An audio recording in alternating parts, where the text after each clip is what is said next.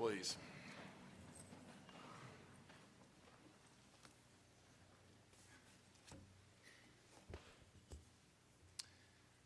Governor Bryant, state elected officials, Mayor Smith, local officials who are present, President Blakeslee and members of our Board of Trustees, Commissioner Bounds, fellow presidents of the IHL system, my colleagues on the faculty and staff of the W,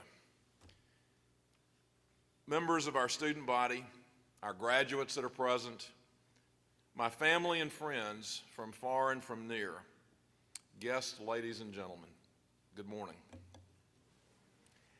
I am deeply grateful to all of you, more than I can possibly state, for your sharing this moment in the W's life and in mine.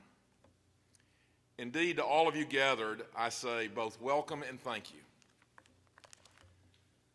First, I must thank those who have worked so hard to make this day and this wonderful occasion a reality. Almost everyone on our campus has had a hand in preparing the campus or preparing an event or preparing this facility. And I want you to know how much I appreciate your hard work, and I know everyone present has seen the results of that. My mother is 94 years young, and she is unable to be here today, but I know she is here with me in spirit. She, along with my late father and grandmother, provided me with an upbringing full of possibilities. Completing college was their expectation for me from the very beginning, and to them I am grateful. I do have family members here with me today, and I am honored by your presence.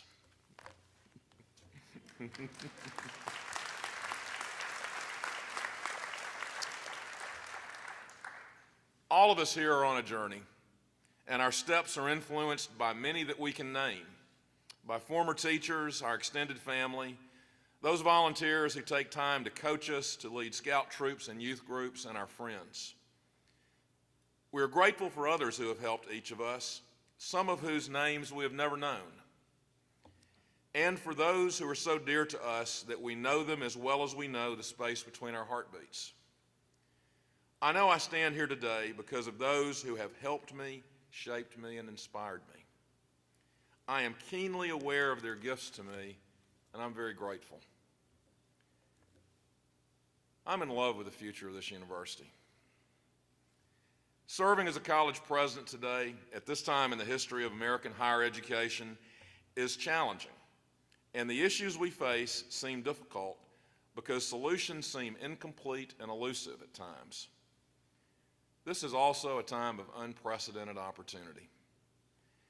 Serving this university is one of the greatest honors of my life. This is a time of competition and change. Emerging learning technologies and their impact on our enterprise is just one example.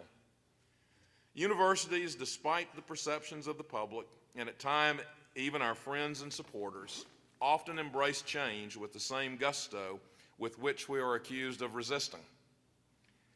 Competition for students and for resources, these emerging technologies along with higher expectations, means change for us is often dramatic and rapid. The American system of higher education today is still the envy of the world, and it's the most successful in the world's history. Mississippi is blessed with strong, distinguished universities and one of the nation's strongest community college systems. We have a solid foundation in this state in times of uncertainty. The W is especially proud of its foundation. This university is the first state chartered college for women in the United States.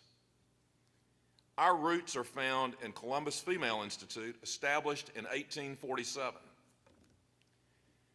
Industrial Institute and College was established during a time of economic crisis in Mississippi to educate young women in the arts and sciences and in practical, vocational, and professional education. We were not created to educate a select group of young women. Instead, we were created, as Representative Wiley Nash stated in a rousing speech at our creation, for the poor girls of Mississippi, so that they will be enabled by their honest effort and industry to begin with some prospect of success, the great battle of life. Industrial Institute and College was a radical idea, as it provided opportunity for women, citizens of this state, who were denied access simply because of their gender. It's hard to imagine that today, when women have been the majority enrollment in our nation's post-secondary system since the 1970s, and today comprise about 60% of the enrollment in the IHL system. The W's 1884 Women's Mission, opportunity and access, remain central to who we are. Our alumni are loyal and faithful. The long blue line's sense of place about this university is uniquely Southern. And yet, it is a sense of place that every graduate carries with them into the world that illumines the path untried. The W is known for our outstanding faculty and academic excellence. We are proud to be a teaching university with responsibility for and a stewardship of the region and the state that we serve. We are proud of our contributions to the community's quality of life and to the economy. Our partnerships span the arts, K-12 education, the business community, healthcare, and community service. We have been in Columbus since 1847 and in Tupelo since 1984. Today we have clinical agreements to train our nurses statewide. We are known for the quality of those who graduate from this university. Much debate, some I might argue is misguided, is occurring about the role of liberal arts in higher education. The graduates of our colleges, arts and sciences, business and professional studies, education and human sciences, and nursing and speech-language pathology are all well prepared when they leave our campus. One reason is their exposure to the liberal arts, or as their employers know it, the soft skills, the ability to write and to speak and to think critically. This radical idea on which we were founded, that access and opportunity belongs to all of our state citizens, remains as necessary today as it ever did. This university remains true to those founding values, providing a path to success in the great battle of life, and as the society we serve changes, so we must change with it. Today, our student body mirrors the state of Mississippi. Many first-generation college students enroll and graduate here. 25% of our enrollment is over the age of 25. And last year, 43% of the semester credit hours recorded were taught in courses where at least 50% of the content was delivered online. We also have terrific traditional age students that you will find living and learning on this campus. All of these facts shape our future. Today, about 31% of Mississippians between the age of 25 and 34 hold the associate's degree or higher. The national average is over 40%. More troubling than recognizing that our state lags the nation is that the United States is falling behind the industrialized world. Closing this education gap is critical to ensuring our long-term competitiveness. The W of today is unique within the Mississippi system of higher education. Many students find success on this campus that would not find success on other campuses. We celebrate who we are. We remain true to our founding principles. Today we provide access and opportunity just as we did in 1884. 90% of our fall semester enrollment were Mississippi students, including many well-prepared college-ready students, as well as students who come to us with great promise from challenging backgrounds, along with many first-generation college students. We welcome this diverse student body. We embrace and encourage and celebrate the unique gifts and the potential of each individual. I am calling on this university to collaborate with others in ways and in places that will better serve Mississippians and to raise the educational attainment of this state. Our collaborations will involve our sister system institutions as well as our state's community colleges. Many of our students come from East Mississippi Community College and Itawamba Community College, but we enroll students from all 15. I'm pleased my friend and our partner, Dr. Rick Young, is here with us today. These collaborations, grounded in the academic mission of these institutions, will improve both the efficiency and the effectiveness of our state system of higher education. This region of Mississippi is blessed to have strong community colleges, as well as the influence and academic programs offered by the W, Mississippi State University, and the University of Mississippi. Mississippi State University and Mississippi University for Women have a shared history. From social and family ties, we share alumni families, to the joint delivery of academic programs. Dr. Keenum and I have talked about ways to further expand partnerships and build on the strengths of our separate institutions. I thank him for his friendship and for his vision. I will also welcome partnerships with other IHL institutions to bring academic programs to our campus and to this region, not duplicating academic programs that are presently here, but to deliver programs that further expand higher educational opportunity. A thoughtful strategic approach will unleash the capabilities of all 8 universities to serve this area and to serve our state. Competition has its place. It keeps us sharp and responsive. But expanding how academic programs are delivered without the costly and unnecessary duplication is both good business and good stewardship. We change lives today just as we did in 1884. This is really the meaning of the long blue line. This university is different today than it was yesterday. And the same is true as we look back over our storied history.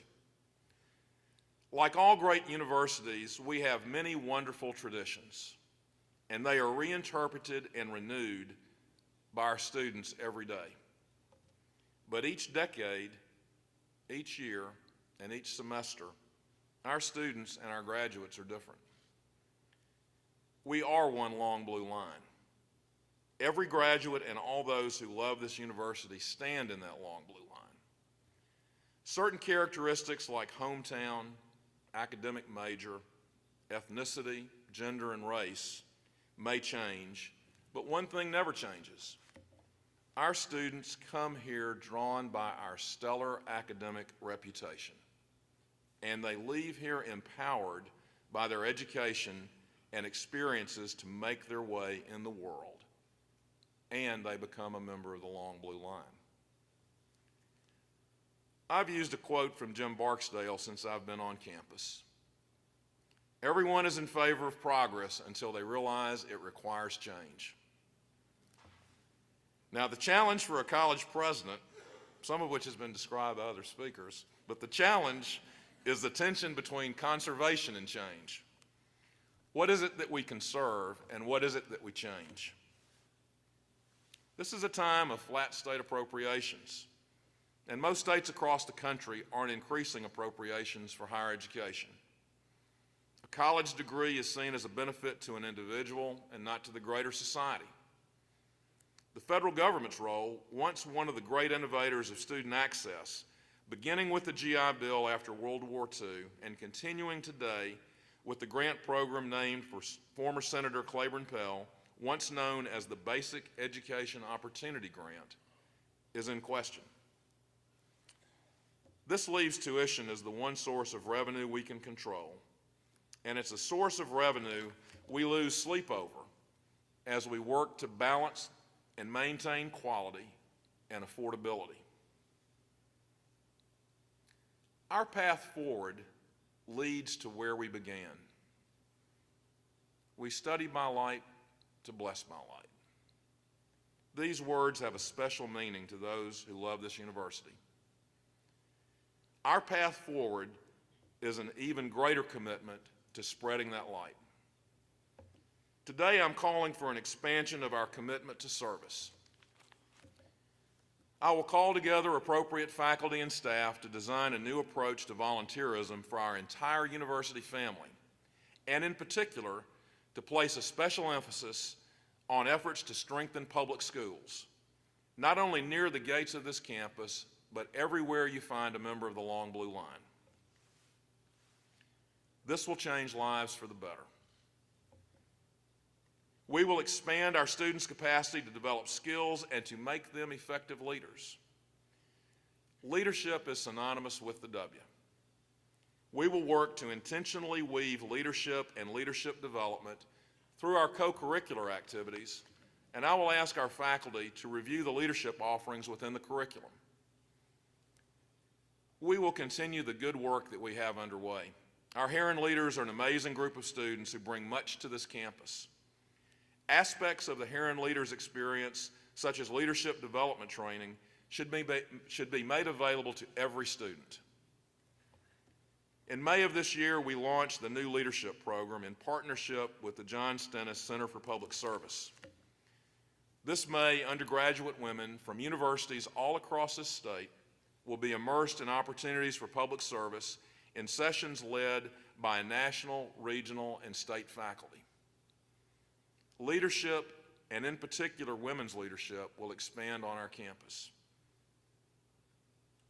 No matter how good we are today, we will become better.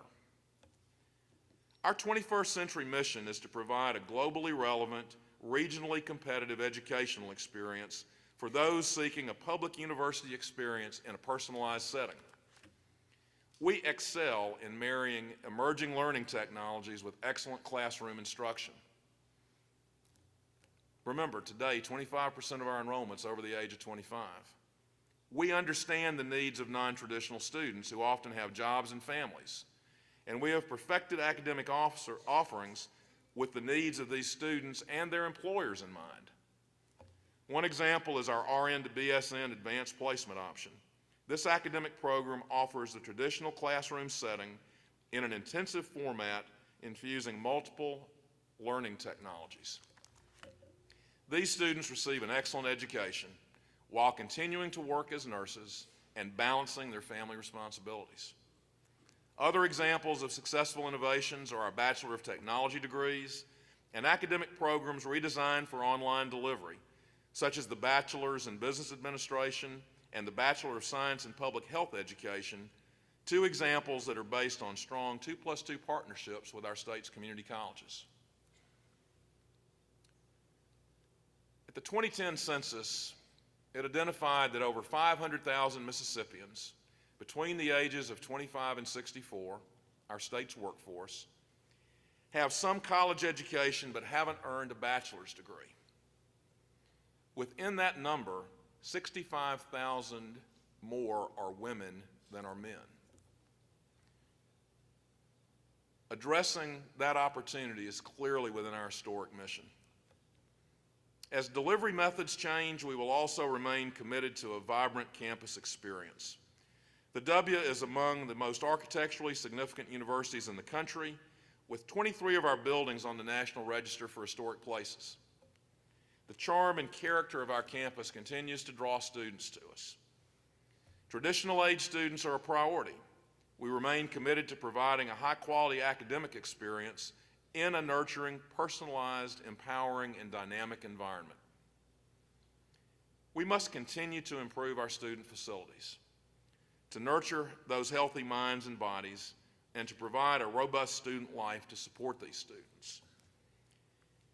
This challenge calls for us to ensure we are also building and supporting learning communities and for our residence hall experience to encourage retention and completion. To this end, we will soon launch the necessary engineering and financial analysis to strategically invest in our residence halls, 4 of which are on the National Register for Historic Places today, as well as to determine if 2 more National Register buildings, Fant and Peyton Hall, can be returned to use as residence halls. Athletics is also a part of this equation for us. The possible return of intercollegiate athletics, men's and women's sports, would provide new and exciting opportunities for student participation and further our academic efforts by providing an opportunity for continued student development.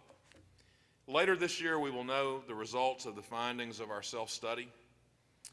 These aspirations will require private gifts, sponsorships, and new partnerships. Now, much can be accomplished through the wise use of our existing resources, but not everything. To achieve our dreams will require substantial private giving by our graduates and our friends and our supporters. Donations to the W Fund are up 40% over a year ago. Remarkable record. I salute everyone who is participating. Annual giving provides us with resources to reach excellence in ways that state support and student tuition just won't allow us to. But it's also important for us to grow our endowment. It is critical that we expand our scholarship available to respond to the competition for the very best students and to help us renovate and equip buildings and classrooms. With the MUW Foundation, we will develop plans to sharpen these requests and to increase private giving to meet these needs. As I close, I want to talk about Henry Nouwen, who is an author who makes me think. I think he's particularly worth listening to as he talks about the future. Often we want to be able to see into the future. We say, how will next year be for me? Where will I be 5 or 10 years from now? There are no answers to these questions. Mostly we have enough light to see the next step. This university does not fear change and isn't afraid of our future. In the words paraphrasing Eudora Welty, this is the time to embrace daring possibilities. We celebrate the promise of each individual. We dare to doubt, we dare to question and challenge, subscribing not to conformity, but to the radical idea that all serious daring starts from within us. Today we are a coeducational institution. Make no mistake about this, because this is part of who we are in the 21st century. We are also unapologetic about our women's mission and remain true to our historic purpose, just as we were in the 19th and the 20th centuries. These should not be interpreted as in conflict with each other. In fact, embracing both will grow our enrollment and will strengthen this university. Our traditions are not at odds with each other. Those traditions bind us together. We are the W. We have a history of daring, dreaming, and achieving. That is our past, and that is our future. Today, the present looks back on the past with thanks for the boldness of the vision that brought us to this day. And today, we reach back through time to grasp the hands of those who built the programs, the possibilities, and the promise of the W. Names like Renault, Peyton, Hastings, Martin, Whitfield. Holding firmly to our beginnings, we reach towards the future stronger, bolder, and more certain that we're ready for these challenges. Together, we're going to embrace that future as one long blue line. Thank you.